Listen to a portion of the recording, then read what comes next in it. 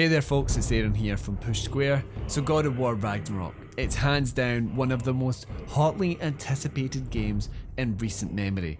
This ambitious sequel to the 2018 God of War reboot has been on the minds of many PlayStation fans, and rightly so. It's a very exciting project, but demands for more info in the game hit a bit of a fever pitch that really did get a bit ridiculous. However, now we do know a little bit more about the game, and as we draw closer to the launch, we thought it was best to give you a one-stop destination for everything you need to know about God of War Ragnarok. In this video, we're going to cover the release date, platforms, editions of the game, story details, gameplay features, and more, all wrapped up in 26 succinct facts about the game. So hold on to those Leviathan axes and let's get into it. On a quiet Wednesday afternoon, Santa Monica Studios decided to descend absolute chaos into the world when they finally announced that God of War Ragnarok will launch on November 9th, surprisingly keeping that 2022 release window. The game will come to both PlayStation 4 and PlayStation 5 on that date, but it's widely expected to be one of the last cross-generational PlayStation exclusives. If you purchase the standard edition of the game on PlayStation 4, you're going to have to pay a $10 upgrade fee or currency equivalent to reap the benefits of that next-gen tech. At this point, there's no word on a PC port, but if we're looking at what Sony's been doing for the last couple of years, we'll likely see Ragnarok arrive on the platform in around a couple of years. There will be 4 editions of the game available to pre-order on July 15th at 10 AM Eastern Time, so around 3 PM here in the UK. Those editions are the Standard, Digital Deluxe, Collectors and Jotnar editions. The Standard edition of Ragnarok comes with just the game as expected, and of course there's that fee if you want to upgrade from PlayStation 4 to 5. However, the Digital, Collectors and Jotnar editions will all come with both versions of the game. The Digital Deluxe edition will come with the Darkdale armor set for Kratos, Darkdale handle for the Blades of Chaos and Leviathan axe, the Darkdale attire cosmetic for Atreus, the full digital soundtrack, the Digital Dark Horse mini art book, an avatar set for your PSN account, and a PlayStation 4 theme. The Collector's Edition will include all of that and a steelbook case, weirdly without a disc, 2 Vanir twin carvings, a dwarven dice set, and a 16-inch replica of Thor's hammer Mjolnir. This thing looks awesome. The biggest of the bunch is the Jotnar edition, which comes with all the previous perks. However, it will replace the dwarven dice set with Brock's dice set, which will come alongside the legendary Dropner ring, Falcon, Bear and Wolf pins, 7-inch vinyl record from the soundtrack, Yggdrasil cloth map, and of course, you're still getting that brilliant looking Mjolnir. At this point, we don't have any prices, but we would expect to get them around the pre-order date of July 15th. So on to some story-based details, and of course, spoilers ahead for 2018's God of War. Ragnarok will take place several years after the last game during the Fimbul Winter, a 3-year winter that is told to precede the Norse apocalypse, Ragnarok.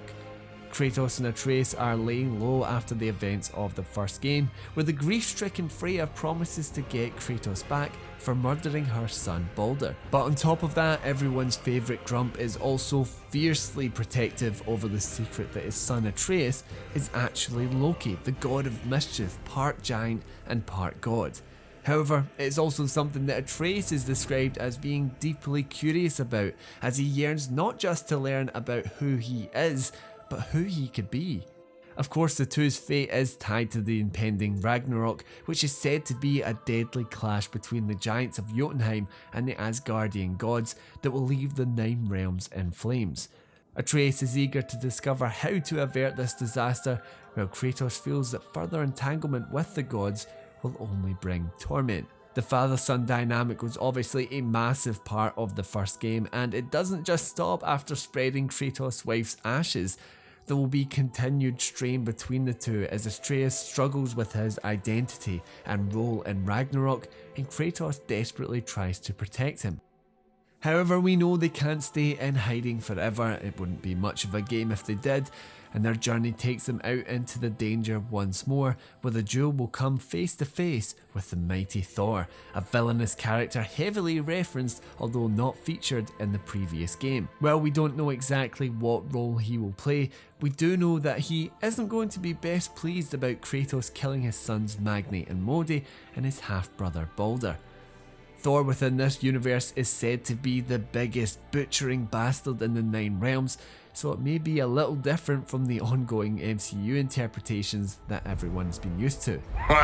You're right. Other characters we can expect to show up along the way are Brock and Sindri, Mimir and Freya, but it doesn't just stop there. We'll have a bunch of new characters as well, like Angerboda, the Norse god of war Tyr, Odin, Durlin, and going by the recent CG trailer, the wolf giant Fenrir, who, fun fact, is the son of both Loki and Angerboda. Yeah, it's a little bit confusing. Tyr is likely going to play a big part in the story as the Norse counterpart to Kratos, one of the last giants, son of Odin and half-brother of Thor. However, we see Kratos and Atreus save him from captivity, a situation he was put in by Odin himself, so we imagine he will play a big part in taking the fight back to the Asgardians. Whatever tragedy befalls these characters, God of War Ragnarok will be the conclusion of this Norse storyline for the franchise, so there sure is a lot to cover. The director of the last game, Cory Barlog, explained that Santa Monica didn't want to stretch the ideas of this storyline thin by making it into a trilogy. So as hinted at there, Cory Barlog has not returned to his directing duties on Ragnarok, with that responsibility instead falling to Eric Williams, a veteran of the series that has actually worked on every God of War game. Someone who is keeping their position is Bear McCreary, who is once more stepping in to provide the soundtrack for Ragnarok. The soundtrack for the previous game is incredible, so please check that one out if you haven't already. And of course, a lot of the original cast will also reprise their roles. This includes Christopher Judge and Sonny Suljic as Kratos and Atreus, Daniel Pasuti as Freya, Robert Craighead and Adam J. Harrington as Brock and Sindri, and Alistair Duncan as Mimir. Of the new cast, we can expect to hear the dulcet tones of Ryan Hurst as Thor, Lea DeLeon as Angerboda, Ben Prendergast as Tyr, Usman Ali as Durlin, and Richard Schiff as Odin. Onto some features of the game. Unlike 2018's God of War, which featured 6 of the 9 realms, every one of those realms will be visited in Ragnarok. That means players will be taking a trip to Svartalheim, Vanaheim and Asgard for the first time. However, new areas will also be included in the previously visited realms. While combat looks largely the same from what we've seen so far, Santa Monica has stated that it is working on ways to weave player choice into its gameplay to make it feel fresh. Said choices will include the likes of attack combos, magical powers and defensive capabilities. You have plenty of chances to try out this combat as well, as Ragnarok introduces a host of new Norse-inspired creatures and enemy types. There is said to be a big focus on accessibility, with more than 60 accessibility options above what was offered in the previous game. This is something Sony has been pretty good at with other recent exclusives like Horizon Forbidden West and The Last of Us Part 2. And there we have it folks, that's everything you need to know about God of War Ragnarok. But let me know what you are thinking of this ambitious and incredibly exciting sequel. I personally cannot wait to see how it all wraps up, and honestly, I'm expecting tragedy. As always, thank you so much for watching the video, and if you'd love to see more PlayStation based content like this, then subscribe to us here on Push Square. Anyway guys, I'll catch you next time.